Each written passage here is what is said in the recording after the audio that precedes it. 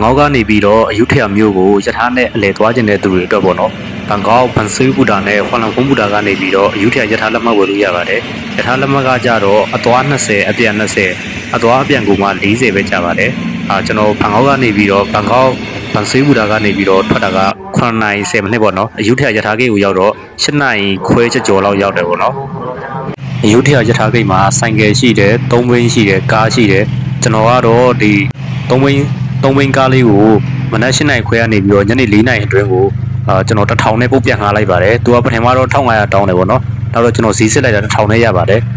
အဲ့ဒါကျွန်တော်ကိုနေရာ12နေရာလိုက်ပို့ပေးတယ်အယုထရာဟိုနာမည်ကြီးတဲ့အထင်ကြီးနေရာ12နေရာပေါ့နော်အဲ့နေရာ12နေရာကလည်းအဝေးကြီးပဲအရန်လဲတန်တယ်အယုထရာမြို့ဟောင်းကိုတက်လဲရတာဘူးတူတာလည်းရတယ်ထိုင်းမချောချောလေးတွေမြန်မာမချောချောလေးတွေ foreigner ချောချောလေးတွေလည်းအများကြီးရှိပါတယ်သွားပြီးတော့လေကြည့်တင်ပါတယ်ဘယ်လိုပြောမလဲဖျားလဲဖူးလက်ဥလက်တူပေါ့နော်ချုပ်ကောက်မလေးဆိုရင်အရန်ကိုချောပါတယ်အဲ့ဒါကြောင့်ဘန်ကောက်ကနေပြီးတော့အယုထရာကိုသွားလဲမယ်ဆိုရင်တည်တည်ရှာလေးပြင်ဆင်ပြီးတော့သွားပါဟိုရောက်ရင်ကောက်မလေးတွေအရန်ချောပါတယ်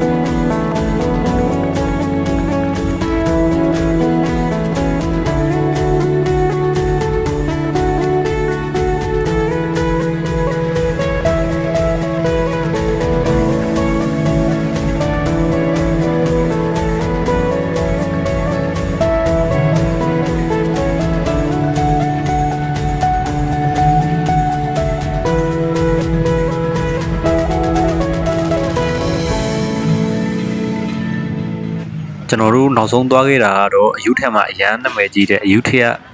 ရေပေါ်ဈေးပေါ့နော်အဲ့ဒီရေပေါ်ဈေးမှာဆိုလို့ရရှိရင်ကျွန်တော်တို့ရေပေါ်ဈေးထဲဝင်မယ်ဆိုလို့ရှိရင်တို့ဘတ်200ပေးရတယ်ဘတ်200ပေးလို့ရရှိရင်တော့လှီလဲစီးရတယ်ပေါ့နော်ဟိုးအထဲထိလဲလို့ရတယ်ကျွန်တော်တို့ဗီကနေပြီးတော့ပဲဗီဒီယိုရိုက်ခဲ့လိုက်တော့တယ်အထဲကိုမဝင်တော့ဘူးပေါ့